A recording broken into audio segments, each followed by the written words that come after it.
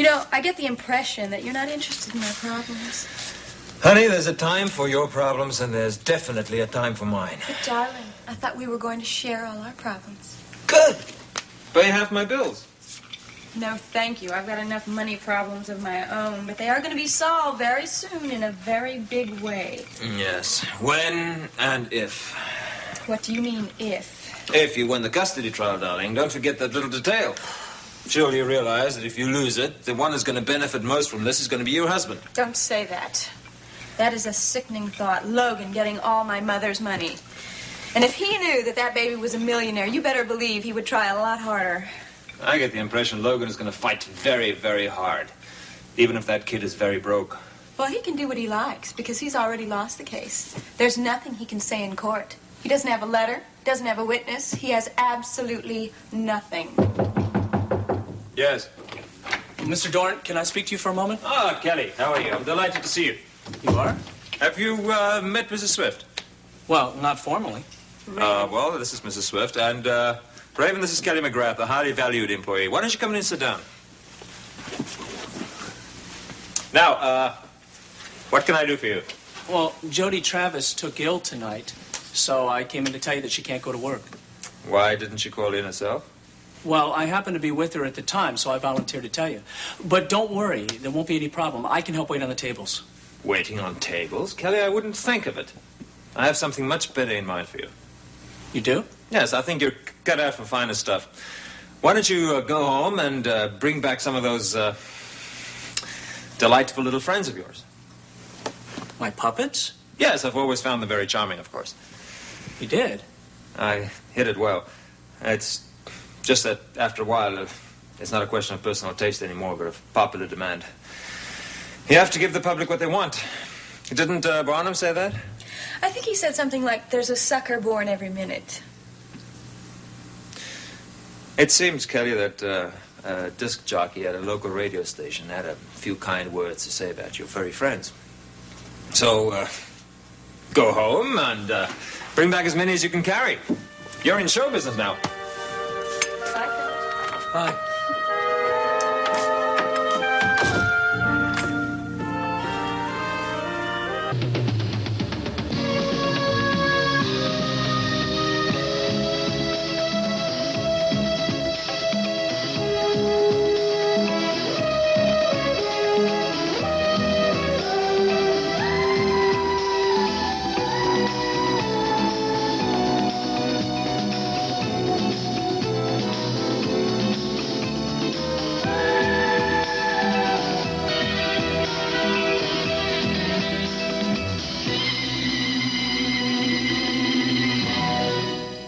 You sit yourself down right here. I'll pour your wine for you. Oh, yeah? White as usual? Oh, Yes, even thank you. join you. How about that?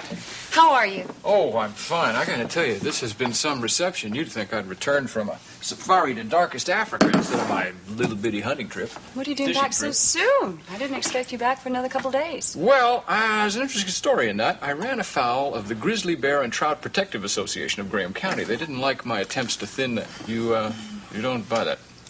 Oh, actually, I checked in with the office this afternoon. They told me there'd been a break in that case I was working on, the big one, and my presence was required post-haste, so I jumped in the car.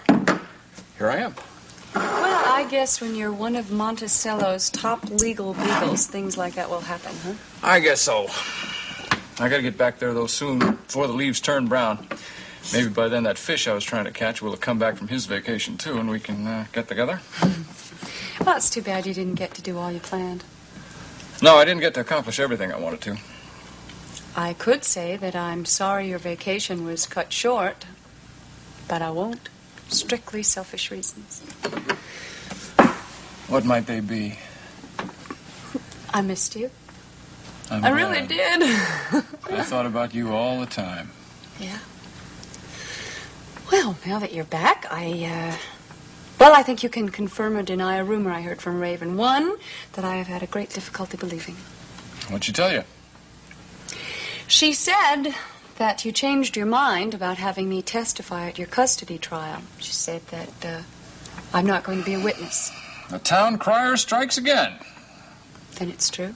For the first time in recorded memory, Raven has got her facts straight. That's right. I'm not going to involve you in this thing. I want to get involved, Logan. I want to help you get Jamie back. I know, but I just don't think anymore that your testimony is going to be necessary. How can you say that? Of course it's necessary. I have to tell the judge about Raven's letter. It is the only thing that'll prove to the judge that she doesn't give a damn about that baby. Maybe. And maybe not. You have doubts? I'll be frank with you. There's every possibility that your participation in the trial could hurt the case as much as help it. That doesn't make sense. If it was just a matter of putting you on the stand and letting you tell your story, I'd have no reservations at all. None. But what? Raven's attorney gets a chance to cross-examine you. I'm not going to change my story if that's what you're worried about. If he's any good, and we better assume that he is, the first thing he'll bring out is our relationship. So what? Well, he will imply that, since we are friends, that you are prejudiced in my behalf, that you've concocted this whole story about the letter just to help me. That's absurd. I know that. And you know that. When we get right down to it, what proof do we have now? The letter's gone. Raven will... She'll say that it was... never existed, or that it was just a letter giving you permission to look after Jamie while she was in London. And I'll say that that's a lie. And the attorney will hammer at you, and hammer at you, and hammer at you, and hammer at you until he's got you in tears. I don't understand this, Logan. I thought we had this all settled. All I can say is that you have to trust me on this. I'm a lawyer, too. I know how the game is played. I made this decision for the good of the case, not just to spare your feelings. Trust you? Sounds to me as if you don't trust me. Oh, did I say that? Did I say that at all? It's just a judgment I've made. Nothing more.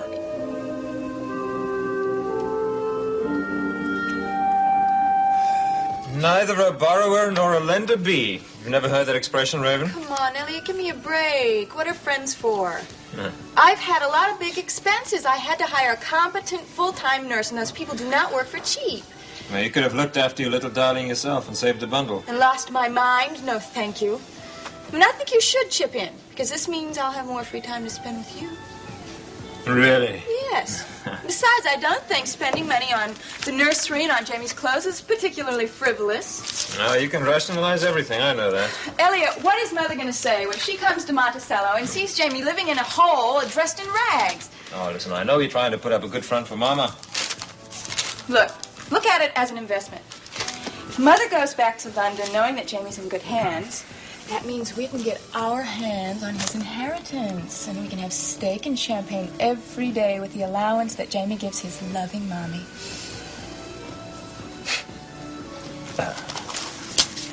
All right.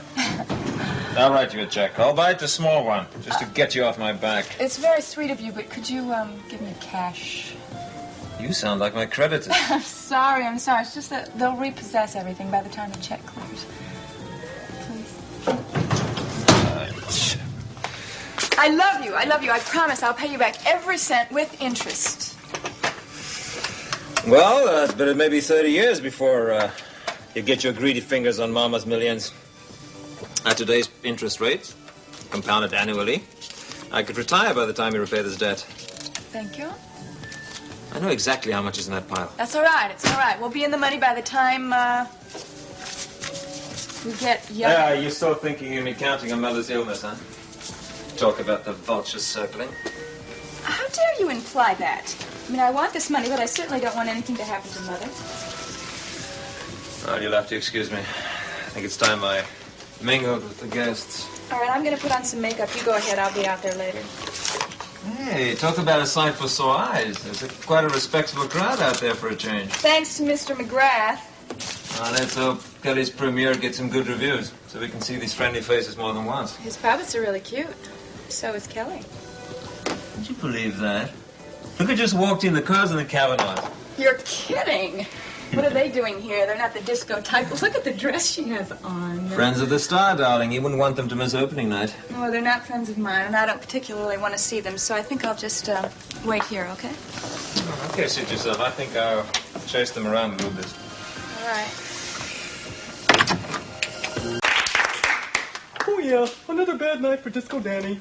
But he'll be back tomorrow night and try again. So will the rest of the Poco puppets. You know, we're going to have Zelda the retired stripper. She's gonna show it all. And, yeah, so I hope you and your friends will tell everyone about the show here at the unit.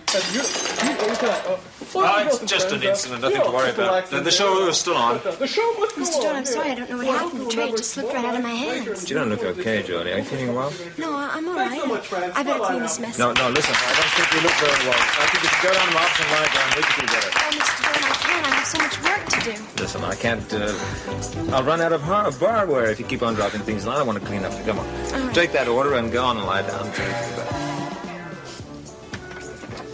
Come on, darn it, I know that's the way he did it. What do you want? Mr. John told me to come here and lie down because I wasn't feeling too well. Didn't anybody ever teach you to knock? Look, you shouldn't just barge in on people like that. I was, looking for my earring. I lost it, but I found it. If you want to sit down, go ahead. I was just leaving. I think the only reason Raven informed you about this in the first place because she thought that, she hoped it would upset you, and it has. She takes a great deal of pleasure from that, though I'll never understand why.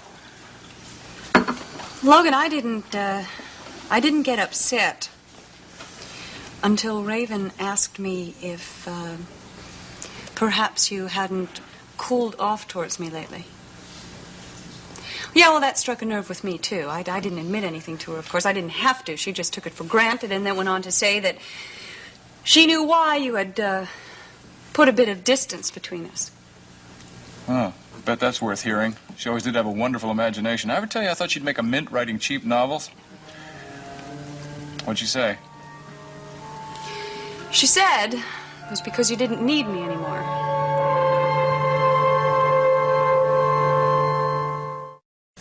Raven's theory is that the reason you were so friendly towards me was because you felt you had to be. Just how does she figure that, huh? Because with her letter out of the picture, it does appear as if I am the golden link between you and Jamie's custody. If you recall, I was the one who did not want you to go on the stand in the first place. That's right. And then you changed your mind. Because Mike and Cliff and Geraldine and you too, all of you got together and convinced me, and I had to pull out all the stops. In any case, Raven said, since you've altered your approach and I have become expendable, then you didn't have to like me so much anymore, so you just kind of cooled it off. You believe that? From a woman who cannot understand why two human beings can feel affection for each other without an ulterior motive. You believe that? I didn't say I believed her, Logan. Then why are we having this discussion, huh? Why? Because you have changed towards me lately. So what do you think now? You think everything that passed between us was a lie? No, of course not. But for the life of me, Logan, Look, why don't you just tell me why you've changed your attitude? I know how you feel about Draper, still. Taking a few steps back. But that's the only reason, that's all. Logan, look at me. Why should that matter now?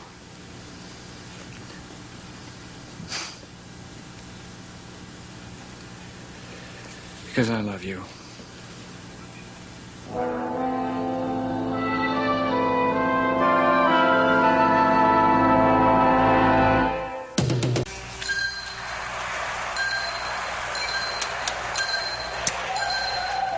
So, you're not going to watch television and you're not going to go to sleep, huh?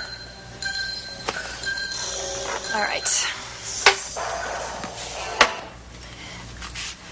Jamie, you and I are going to have our first mother-son talk, all right? Now, your grandmother is coming to town in a couple of weeks. And she's going to expect a perfect little baby boy, you understand? She wants you to be nice. She wants you to be obedient and adorable and love your mommy. Now, let me tell you something. Yeah, you can love your daddy, too, but he's not going to be here. You have to adore your grandma, okay? Well, you don't call her that because she'll get mad, so you better call her Nadine. Can you say Nadine? Can you? What's the use? You can hardly even say Mama. Mommy. Oh, you can say Mama. Mommy. I know, Jamie. Look, listen to me. I know things have been a mess around here, but I'm gonna fix them up. I'm gonna fix them up real good, I promise. And it's gonna cost a lot of money. It is. But you're gonna approve because, see, you're gonna have a new nursery and you're gonna have some new clothes. And I'll understand that it's your money, okay? All right? I don't know when you're gonna get it. Because, Grandma will probably live another 10 years and ruin my whole life. Oh, I know!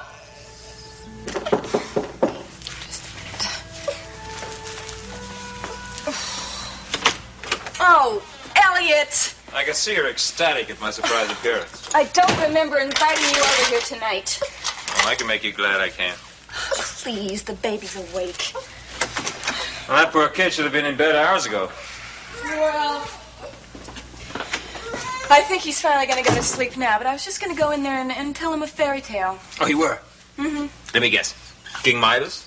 Or how about the goose and the golden eggs? Why don't you shut up? Truth is, Raven, I hadn't planned to make this visit tonight. But there is something I thought you would like to know. You see, I am aware that you were engaging in a criminal act this evening. What? You were trying your hand at safecracking, darling, weren't you? I was doing nothing of the kind. You didn't just want cash to stuff your purse with. You also wanted to see if you could get the combination, right? You thought you'd find an appropriate moment and go in there and get the copies of that letter you wrote to April and Draper. That is a lie. Wouldn't you like to know how I found out? There's nothing to find out. You see, every time I close the safe, I turn the combination lock back to a certain number, just in case somebody tampers with it. And somebody did. Well, maybe it was a waitress.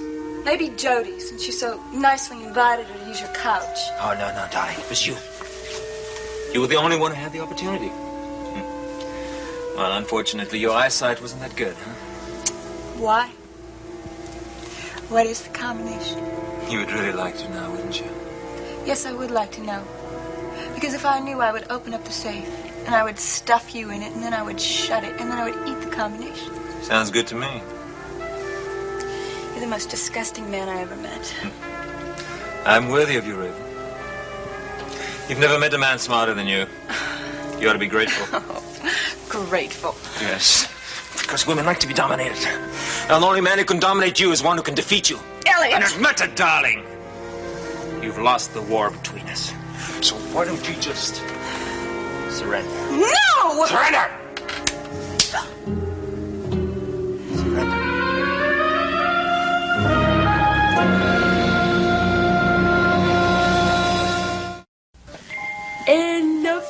Elephant sound. Say, Mommy. Say, Mommy. Oh, yes, you like that, don't you? Say, Mommy. Mommy. Yeah.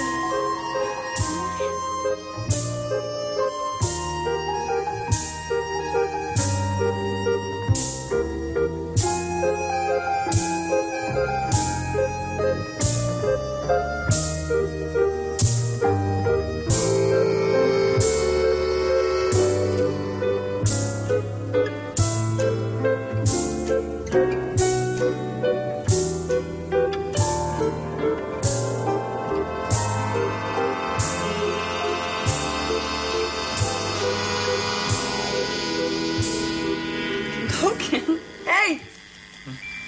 Where were you? I'm sorry. I was daydreaming, that's all. Didn't mean to ignore you. I certainly didn't mean to ignore you, you precious she thing. didn't like Huh?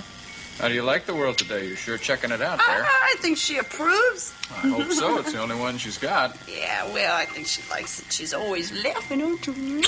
I can't blame her. I'd smile, too, I think, if I had you for a mummy. I think I better be going. I'll call you tomorrow afternoon, probably. Oh. Don't get up, please. Don't get out. Better put this down before I walk out with it. Good night, little Julia. Good night, little sweetheart. Good night, April. Good night.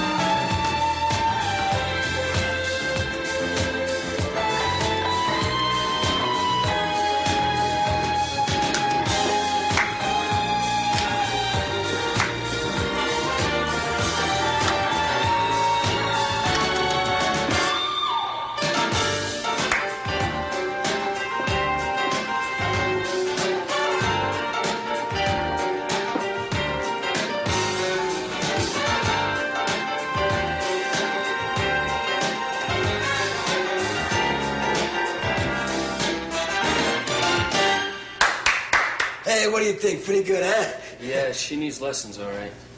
Hey, look, what kind of crack is that? Was it any good? Please tell me honestly. You really mean honestly? Of course. Don't waste your money. Hey, look, no one asked you to be that honest. No, it's obvious that you really enjoy dancing, miss. So why don't you do just that? Why don't you and your friend go to the disco down the street and have yourselves a good time? Hey, look, mister, look. Estelle here, she wants to be a professional. And I think she's got the talent to go all the way with it. Forget it, Lenny. Come on, let's go. Hey, Estelle! Hey, come on, Estelle, you're not gonna let this lollipop over here tell you if you got the talent or not, are you? Hey, you want a second opinion, go ahead and get one. Hey, look, what makes you such an expert, huh? It's because you fly around, get 3 feet off the ground on your little wings, huh? Well, how would you like to try for 6 feet under, fella?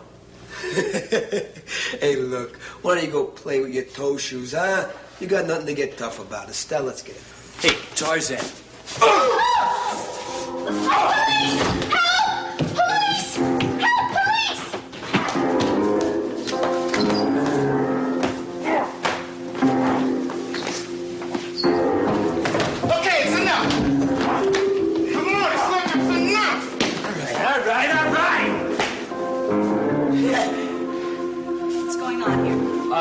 This is a dance lesson. I was just giving a free sample. Yeah, well, exactly who is who in here anyway? They came in asking about dance lessons. I just told them I didn't have room for the young lady. That's all. I'll check out with you? Yeah, that checks out with me fine. Okay, well, look, if that's all there is to it, why don't you two just leave? I mean, there are other studios in town. Okay, don't worry about it. We're going. Let's go. Let's get out of here. I'll see you.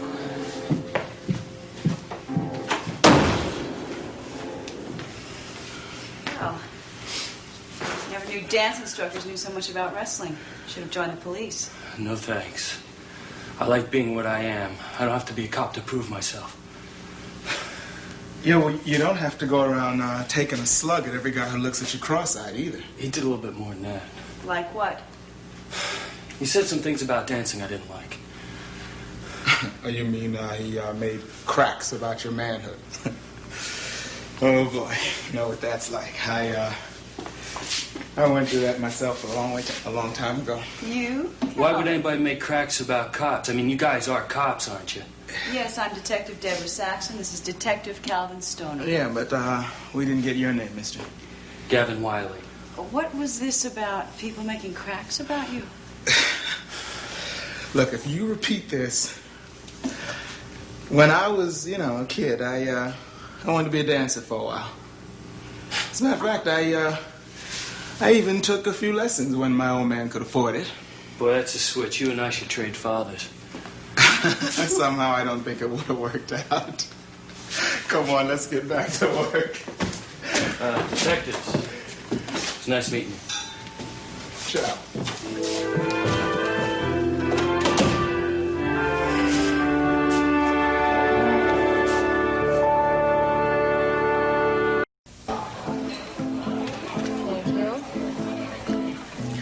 Thank you. Well, anyway, I hope Mother has this overwhelming desire to visit with friends, because then I won't have to entertain her the whole time. Doesn't sound like you're looking forward to this reunion. Listen, when Mother and I get together, it is not a barrel of laughs. Well, I'm sure you'll make the best of the situation. After all, it's your mother. Derek, I am going to go through torture. The second she gets off the plane to the second she leaves, she nags constantly. She's always trying to dig her way into my life. All mothers are like that. She's just concerned about your well-being. No. I don't think Mother is well-intentioned. She just likes to give me a hard time. That's too bad you feel that way. You know, sometimes parents and their children actually become friends. Maybe you could help. There's a familiar ring to the way you say that. Come on, Derek. There must be a law in the books that makes excessive nagging a crime, right? Punishable by a large piece of tape being put across the mouth, huh? A mother's right to nag is protected by the Constitution. It's what they call an inalienable right. Oh, well. At any rate, she'll probably be very happy because she'll get to meet her grandson for the first time. I'm sure that's going to be a thrill for her. Yes. And when she sees how happy he is and how well I treat him, she's going to change her opinion about her daughter. Babies can bring families back together again. You know, Jamie is not the only man I want to introduce to my mother. Uh-oh. I was thinking that maybe we could go to dinner. You, me, and Mother. You want me to meet your mother? Derek, don't look like you just swallowed a chicken bone. I'll cater. You don't have to suffer through my cooking, okay?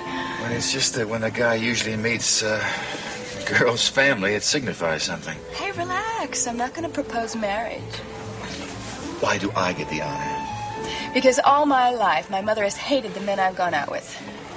There's only one man that she liked. As a matter of fact, she liked him so much she married him, right?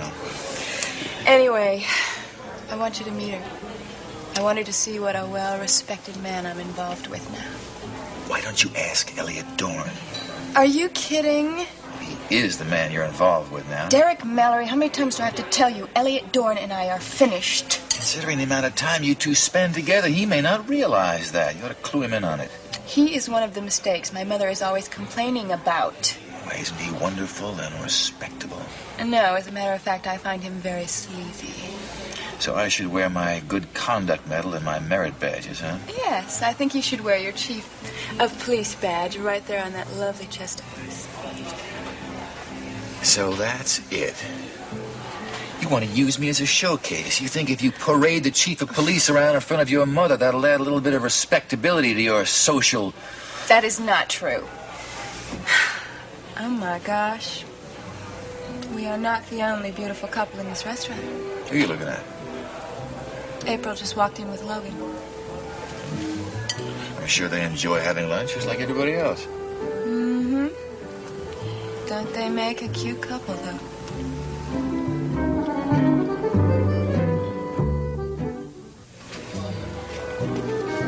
Good food. Wonderful company. Logan, thank you for lunch. Oh, you're more than welcome. You know, I feed myself regularly this time of day, whether I need it or not, and you're always welcome to join me. I might take you up on that. But thank you especially for today, because it's a wonderful way to kick off an afternoon I've been looking forward to for a long time. Yeah, the rest of the hired hands know the boss is coming in today? I think Geraldine told them. She said something about a red carpet and showering me with roses when I walk in the front door. Well, they probably feel it's no less than you deserve. Oh, great signer of paychecks. Thank you. Listen, I want you to understand this is my debut appearance as station owner WMON. And I don't really know how to act like the boss, you know. I mean, I want to make my presence felt. I just don't want to... Well, I just don't want to do too much. Yeah. The trick is to get their attention. I think if you walk in and you fire every other person, the ones that are left are going to pay close attention to you from there on. You think that'll do it? I think so. I don't know. I think it's a tad too much. Maybe if I fired every third person. Well, you don't want to appear weak. Yeah. You know what I'll probably end up doing? Sticking my head into every department and with a very small and yet sincere voice. Sincere is nice. Hello. Hello. Hello. I'll tell you one person who's really excited about your coming back, and that is Geraldine. I don't blame her. Yeah. She's been doing one heck of a job these past couple of months. It's about time I started taking some of that weight off her shoulders. Don't you believe it? She's enjoyed every minute of it. She's just happy, and so am I, to see you back in action. Feels good. Yeah. Feels real good. It's taken some time, though. Oh, some time and a housekeeper by the name of Molly Sherwood. If it weren't for Molly, I'd still feel tied to the apartment. Logan, look, she might be a little strange at times. Just a little. Okay, but she's a godsend. Well, you were lucky to find her then. The luck was when I met Emily Michael. She's the one who introduced me to Molly. Well, you two have just been exchanging good turns lately, haven't you? Oh, come on. The reason I introduced her to Miles and suggested her for the job was to help both of them. I just hope it works out. Time will tell. Don't you wish you'd said that? No. I'll give Emily a call this evening and find out how her first day went. That's probably a good idea. She's bound to be nervous. She's not overly qualified for the job. Now, come on. That's not fair. She handled her father's practice for years. And granted, her father was a country doctor and didn't have as many patients as Miles, but so what?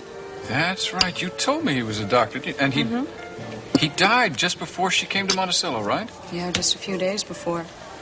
I guess when her father passed away, she felt there was nothing to keep her in Evansville. April, do you remember what her father's name was? Well, Molly's mentioned it a couple times. Galt? Yeah, Dr. Leo Galt. Why? Well. Look who's all tucked away here in this cozy little corner, huh? Oh, Raven, what a coincidence running into you. It's nice to see you out and about again. Logan, it's real nice of you to bring April out of her show. Where's our check? Wasn't our check here? Come on, I can tell you're not finished eating yet, Logan. Don't kid me. Something happened to my appetite. It's very strange. Logan, I think the three of us should become friends, and I think the time to start is right now. Well, you know what they say in showbiz. Don't call us, we'll call you. If I wasn't in such rush, I'd join you right now. Well, I'm sorry you're in a rush. I gotta go home. I'm gonna take Jamie to the circus. We're having such a great time together. So, you two enjoy your meal. Thank you.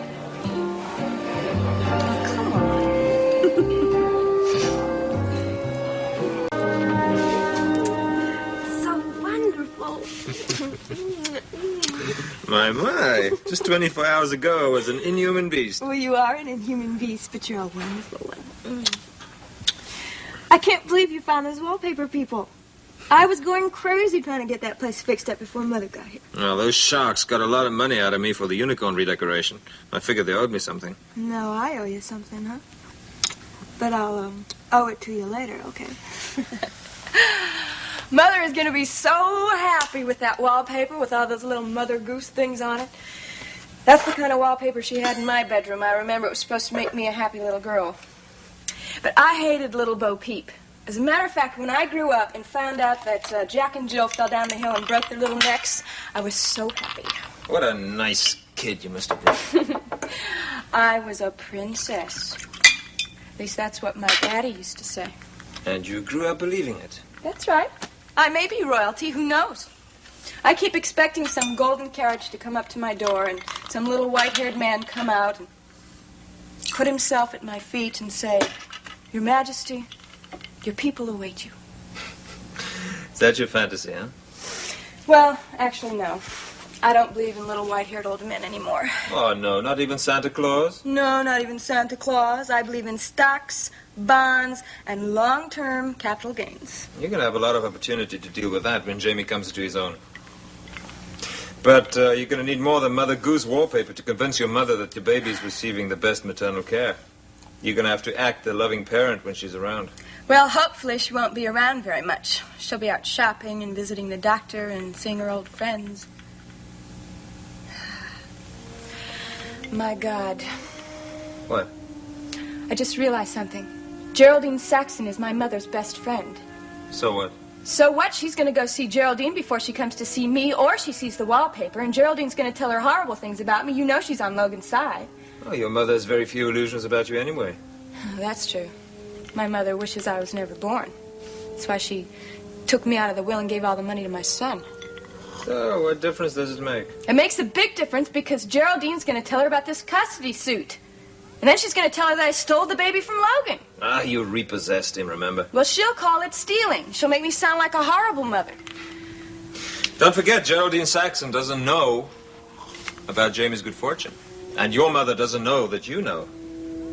Well, all I know is the thought of those two women together makes me sick. I don't think there's much you can do about it. I hardly think you can win over Geraldine Saxon within the next 2 weeks. No, I don't think so. But you know what? There might be something I can do. Like what? I just thought of a brilliant plan. Tell me about it. You know I stand in awe of your talent for mischief. Thank you. By the time I finish with Mother, she'll never want to see Geraldine again. You know who that is. Hello. Mrs. Swift? Yes? I'm Benita Thomas. I'm from the Medford Foundation. It's a non-profit organization dedicated to welfare, particularly regarding children. I wonder if I could come in and discuss the custody case you have pending in court? Well, of course. Please come in. Oh, I was just leaving anyway. It's nice anyway.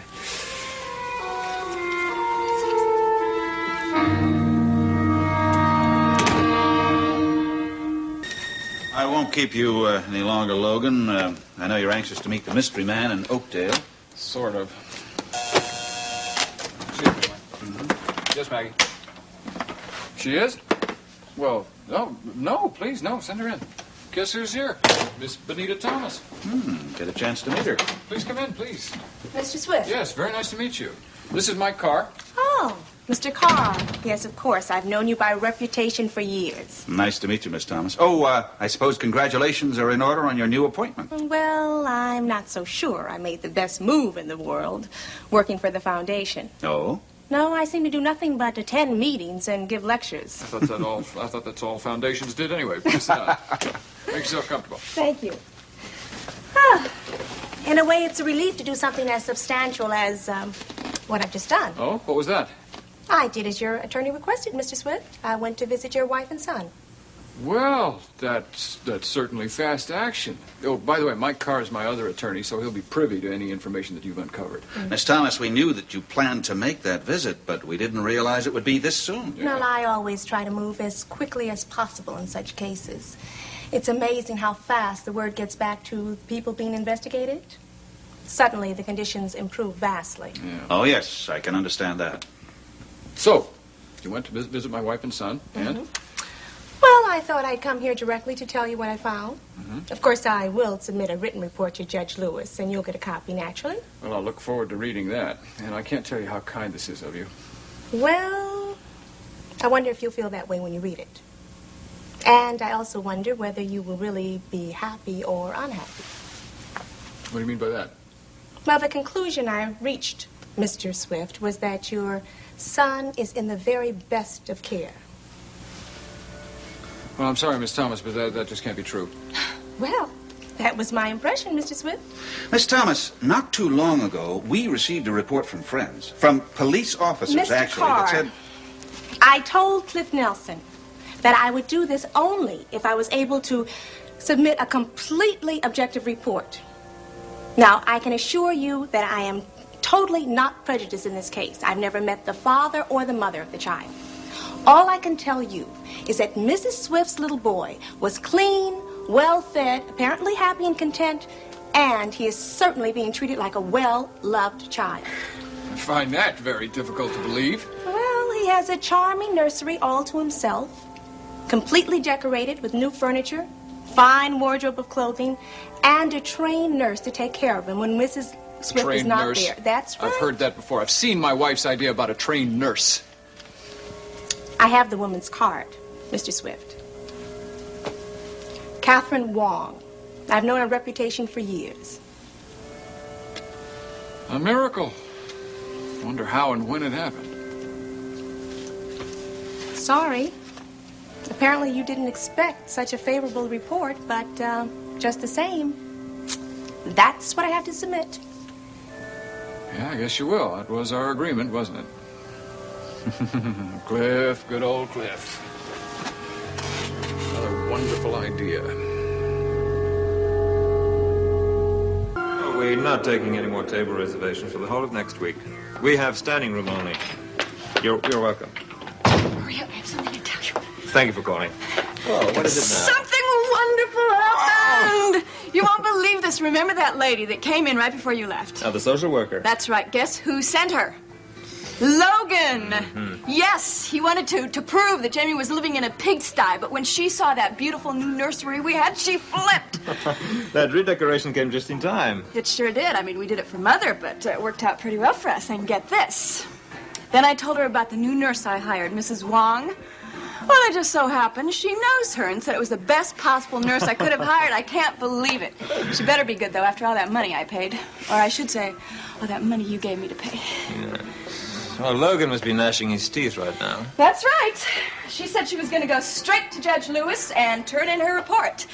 And I know I'm going to get rave reviews, so Logan's not going to have any arguments to prove that I'm a rotten mother. Things are looking okay for you, Raven. That's right. Now all I have to do is deal with my rotten mother. I have to make sure she has nothing to do with Geraldine Saxon, and I'm going to do that right now. Oh. Watch. Hello, operator. I'd like to place an overseas call. Now, wait a minute. Shh. I always call Mother call. Yes, right. I would like to make a collect call to London, England.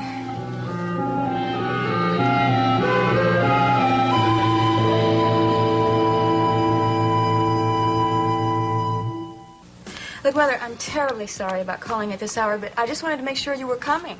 Yes, Raven. I am very definitely going to be there. In fact, I've already asked Geraldine to get me a suite at her hotel. Geraldine Saxon? Mother, you know you're more than welcome to stay with me. No, thank you, Raven. You know that I find a hotel much more convenient. Besides, didn't you tell me your space was very limited? Well, that's true. I only have 2 bedrooms, and of course Jamie has his own room. And oh, Mother, wait till you see it. It is so precious. I was thinking of calling one of those magazines and having them take pictures. I would have appreciated a picture of Jamie, but you never got around to sending me one, did you? Oh, what difference does it make? You're going to see him in a few days, and I can't wait for you to come. Don't get carried away, Raven. You were only too happy to see the last of me when you left London Airport. I'm sure the news of my imminent arrival in Monticello didn't please you. Mother, that is not true. You're totally wrong. I must say I felt very bad about our misunderstanding in England, and that's why I wanted to take care of you when you came over here. Geraldine will do what's necessary. Personally, I don't understand how you could even think of seeing her anyway. What are you talking about? Look, I know she's your friend. But if my friends went around talking about me and my husband the way she talks about you... All right, Raven, that's enough. What on earth would Geraldine say about Ansel and myself? Never mind. You wouldn't believe me anyway. Geraldine and I have been friends for 30 years. I hardly think that she would indulge in any kind of cheap gossip. All right, then, let's just forget the whole thing. I mean, what do you care what some old gossip says about you 4,000 miles away anyway? Just what is it she's supposed to have said? No, really, let's just drop the whole subject. All right, we'll drop it. Besides, what could she possibly know about what Ansel's doing in London? I mean, unless she has spies. And knowing her and her political influences, I wouldn't be surprised if she did. Raven, you are obviously trying to create trouble. It's probably your #1 hobby. That's not true. If you don't believe me, ask Logan. Look, Mother, I heard Geraldine tell Logan that she knew the reason for your illness. Or at least she could take a guess at it. Which was? Well, I hate to tell you this, but she told Logan that she thought it was psychosomatic. She thought that you were so worried about Ansel and his women that you were physically ill. All right, Raven, that's quite enough. If that's the only reason you called. Mother, that's not the only reason. I called to make sure that you were coming and to find out if there was anything I can do, but obviously your friend is taking care of everything. Thank you. And if that's all you have to say, goodbye. Wait a minute. I have one more thing that I think I must tell you because I heard Geraldine say it personally. Geraldine said that she was very worried about you coming to America because she knew that that would give Ansel a license to steal. And that's exactly what he would do while you were away. I will not listen to one more of your ugly lies. You hung up, huh? Yes. So that's your master plan. Anything wrong with it? Yes. It's crudity. I bet you your mother didn't believe one word. You obviously know nothing about women. I don't know your mother very well, darling. In fact, I don't know her at all. But I don't believe for 1 minute that she'd be naive enough to fall for that. That, darling, was only step 1. And what is step 2? Well, you're just gonna have to wait and see.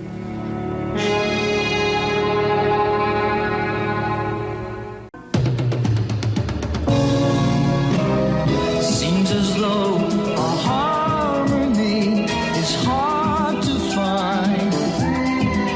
Always on my mind. And frustrated days pass without sight. The edge of night